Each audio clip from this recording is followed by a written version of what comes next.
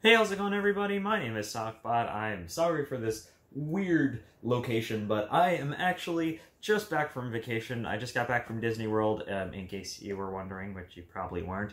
But today, kind of following up on my last video, I wanted to make a LittleBigPlanet video as the start of a series and also an excuse to make a somewhat less intensive video to make, which is one of my most exciting, personally, series is to start, which is going over a lot of my old levels in LittleBigPlanet and kind of talking about where I was in them, what I was thinking at the time, and critiquing my own stuff, which is going to be hilarious, because it has now been 10 years since this level that I made here, and I wanted to start with this one to kind of continue on from a video I made previously, which was my first two levels that I ever made in LittleBigPlanet, which wonderfully, creatively, were called 1 and 2, but starting with this one because I played it recently and I was actually surprised at how not terrible it was. But that's what I wanted to do today. I wanted to just chill out, make a video, show you something I made, but more importantly, kind of laugh and reminisce about it because it means a lot to me, and I think a lot of the different levels I made in LittleBigPlanet do. So let's talk through it, and if you do enjoy this wonderfully nostalgic trip for me and or my debatably awful previous levels that are not as terrible as they could have been, please leave a like down below and feel free to subscribe if you want to see more of this.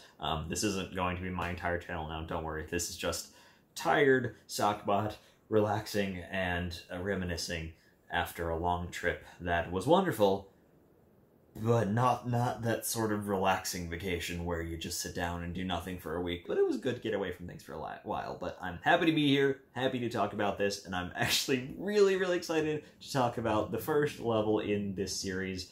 And yeah, let's jump right into it. So, as you can tell by my wondrous 14-year-old attempt to avoid copyright infringement, which I thought was a huge deal at the time. This one is called Allison in the Land of Wonders, with absolutely no relation to Alice in Wonderland at all whatsoever, and somewhat fitting for just coming back from Disney. But we're going to play this, and I just loaded it, but I wanted to start from the beginning. So this was a level I made around 2010, and you can see the LittleBigPlanet 2 logo there because I think I added one bounce pad to it at some point, just because it was easier than the crappy version I had before. But the idea for this level was to kind of take my obsession with Alice in Wonderland at the time, largely the Tim Burton version of it, which I actually don't think was released when I started, but I think was being promoted at the time, and I was really obsessed with it, because it was really cool, and it was really dark and weird and very, like, hot topic-y.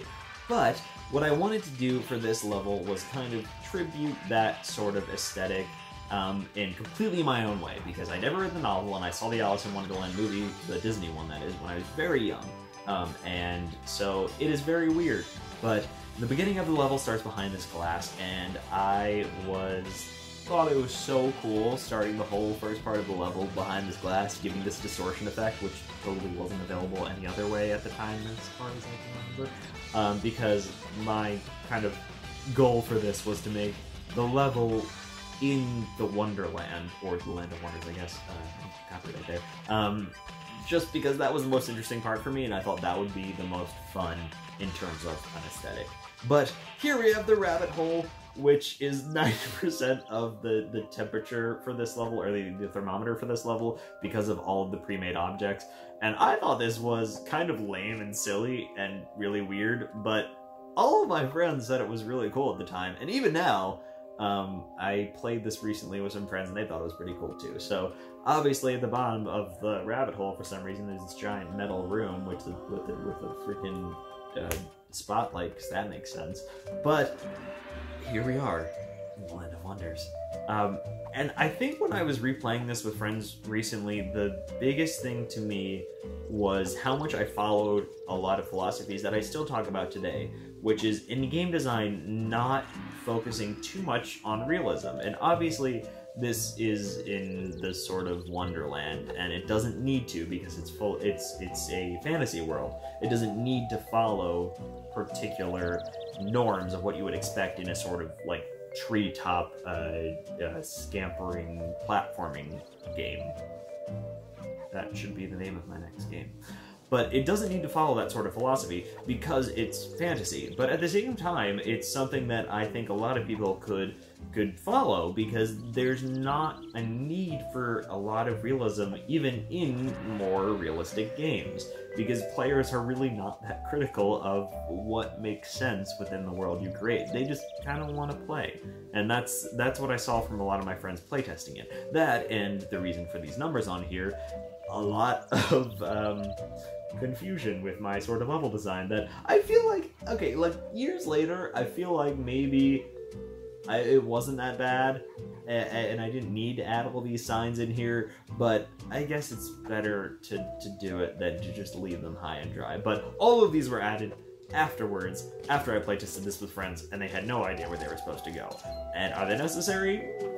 Maybe not, but I guess at the time they were, because my main audience was my good friends. Yet nobody ever noticed that there's a very obvious secret area down there that's very easy to get to, and I think nobody ever found that on their own. I had to find it for them. But, well, this is the life of a very simple game designer who can't even complete his own levels, apparently. That's also something I used to get made fun of a lot, was not being able to finish my obstacles. And they were always like, oh, if you can't finish them, how the heck are we supposed to finish them? Yeah, it's a fair point. It's fairer and fairer the older I get. But a lot of these obstacles, I feel like when I was doing these levels, I would always play through with friends, and I was there too. So it's like, okay, where's the line between y'all don't play a lot of LittleBigPlanet, and maybe this is for my online crowd, and maybe it should be kind of more difficult, and the line for nobody else is really going to play it, so why don't I make this more for my friends and kind of go off of their level than anything else. But like I said, my favorite thing about this level was how much I stuck to advice that I still focus on today, which is taking game design and level design and making that a priority over realism. And I still think that that is one of the most important things that I have learned, and something that I still need to remind myself a lot today. Like, there's no reason that a tree should do this, or should look like this, or should have platforms that are very clearly defined, but it works well for game design, it works well for level design, and it makes it just more fun. And for some reason there are meteors in the top of this tree. I really don't know why. But I did add a little section here for the White Rabbit, because he was probably one of my favorites from the movie. I don't know why, but for some reason I added these little red markers because I wanted to make it more obvious where the gas started and ended, and the game I was playing at the time I think was Mirror's Edge, and I was like, oh, that means jump. That makes sense. But yeah, I think you'll see a lot of these things. Now, it doesn't make a whole lot of sense to me. At the time, total sense. No question at all that these were the right decisions to make at the time. Including this enormous mushroom from the Gardens theme, which just totally made sense, and those upside down mushrooms, which totally made sense. But at the time, for this, there was no way to make somebody, like, multiple people grabbing something, an activator for these sorts of things. These just kind of fall down, and so I had to add 4 of them, so that all my friends, when I was playing 4-player, would be able to get down here with me. And this kind of violates one of the philosophies I follow now, which is the fact that I feel like you should be able to... Oh, wow, I'm gonna finish the race. Oh, that was devastating. See, I made my levels pretty hard back in the day. Like, sometimes fair, sometimes not, but always somewhat difficult. But, I don't...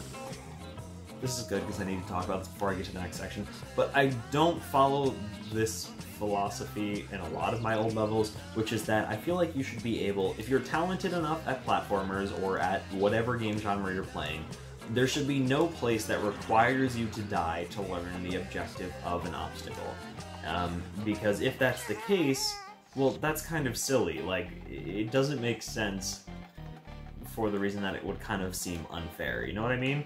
Like, you should always feel like you know what you should do, or have a sense of what you should do, and if you think about it for long enough, you will figure out what to do in a puzzle sense.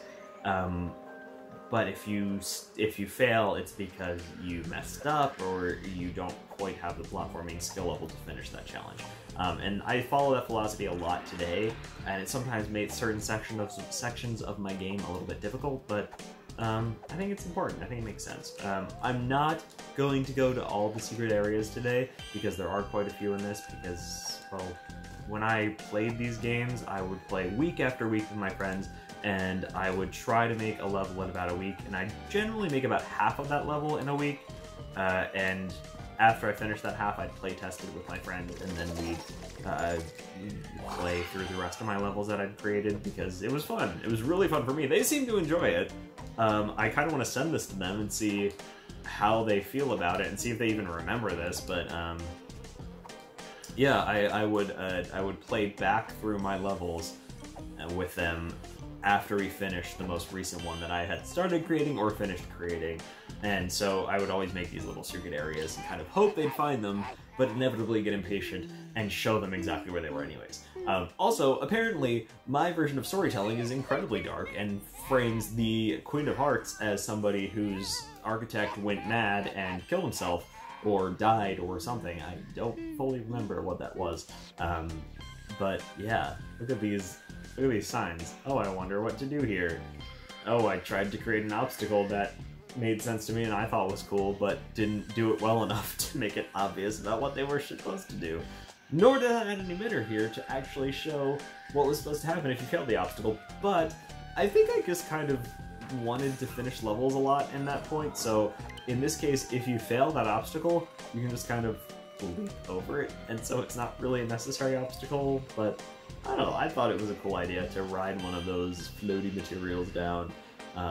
But a lot of what I did in LittleBigPlanet 1 was kind of build upon what I saw in the story mode and kind of be inspired by that. And that's something I think we're missing a lot in Dreams, and something I'm very excited for in the future of Dreams, but it was just kind of using what we had to make something unique. And I thought with this level I really did that, and then we run into things like this, which for some reason I didn't know how to make normal castles or anything like that, so between the rooms in the Queen of Hearts castle, which has no relation to the actual Queen of Hearts, there are these hallways that are literally just voids that transition between the materials, because I thought that made sense. But this, I was disappointed in how my friends reacted to this part of the thing, because I thought it was so cool. I was like, I'm gonna take this maze of hallways from this cool person's house, or castle, and I'm going to flip it on its head, and the only way you're gonna get through it is through these launching platforms, and it's just so cool and flowy and fun, and nobody got this was supposed to be vertical hallways for some reason, which, I don't know how they couldn't have gotten that. It's so obvious, right? It wasn't obvious at all, and I should have known that time, but I thought it was cool. And this actually shows one of the things that I spent a lot of time doing in my levels, which was trying to make sure that they were all playable by 4 players, and trying to minimize the difficulty that a lot of people ran into when they were playing levels that were made for 1 player in 4 player in LittleBigPlanet. And that was, instead of just putting a sensor that reversed the direction of those launchers, which made sense for 1 player, just adding a little bit more tech to make it possible for by 4 players, or a little bit like more possible for 4 players. You know what I mean? Anyways, not everything is perfect, but that is one thing that I'm pretty proud of that I did, because I remember seeing so many levels. And this was one of the reasons that I made levels for my friends, is because a lot of the levels we tried to play online were not meant for 4 players. They weren't play tested by 4 players, but I had a really close group of friends that I could do that with, and so I tried to make sure that each one of my levels was possible by that. And in fact, some of the levels that I made that I actually play tested by myself later on, I realized were only possible with 4 players, and turned into some of the most interesting experiences I had, but I'll talk about that in a future video. I'm going to try to get back the original crew at some point when we're all in the same room and play through that level to talk about it. But you can see a lot of these signs, a lot of these arrows were added because my friends had no idea what they were doing. And I feel like a lot of it was lost on them, which is my fault because I should have made it more apparent, but like, even this giant plant, which has a pretty unique obstacle of like a downward rock climbing rappel moment, which is all killed as once because it's all attached to the enemy and is technically considered an enemy. But yeah, that, little disappointed that they didn't understand that was like an actual plant. But here we go through the final vine of the greenhouse of the Queen of Hearts mansion or castle for some reason, and oh, little Willy Wonka reference, because I'm pretty sure that came out in like 2007. Charlie and Chocolate Factory? Sometime around then. But yeah, a lot of this wasn't perfect, but at the time I was kind of happy about that, and I also never fully finished everything because I was planning on making a boss fight to this involving the Queen of Hearts with multiple stages where she was going to have her like huge dress on and all the card soldiers were going to be involved, but I never did that. I'm a little bit disappointed with that because I feel like it would be a really interesting concept, but yeah, that is the first level I wanted to talk about today. If you enjoyed the reminiscing or thought it was silly and fun or any sort of combination of adjectives, feel free to leave a like down below. I'm just selling this video so well. But if you enjoyed that, please leave a like down below. Feel free to subscribe if you want to see more, but no pressure as always. Just great to have y'all here. And I hope you enjoyed this hilarious dive into the past with LittleBigPlanet. And if any of my friends are watching, hello. It's nice to see you guys. Kyle, please move to New York so that we can play together again and you can break all my levels and I can actually have a good playtester again. But anyways, thank you so much for watching. I'll talk to you guys in the next video, and for now, goodbye! Bye guys!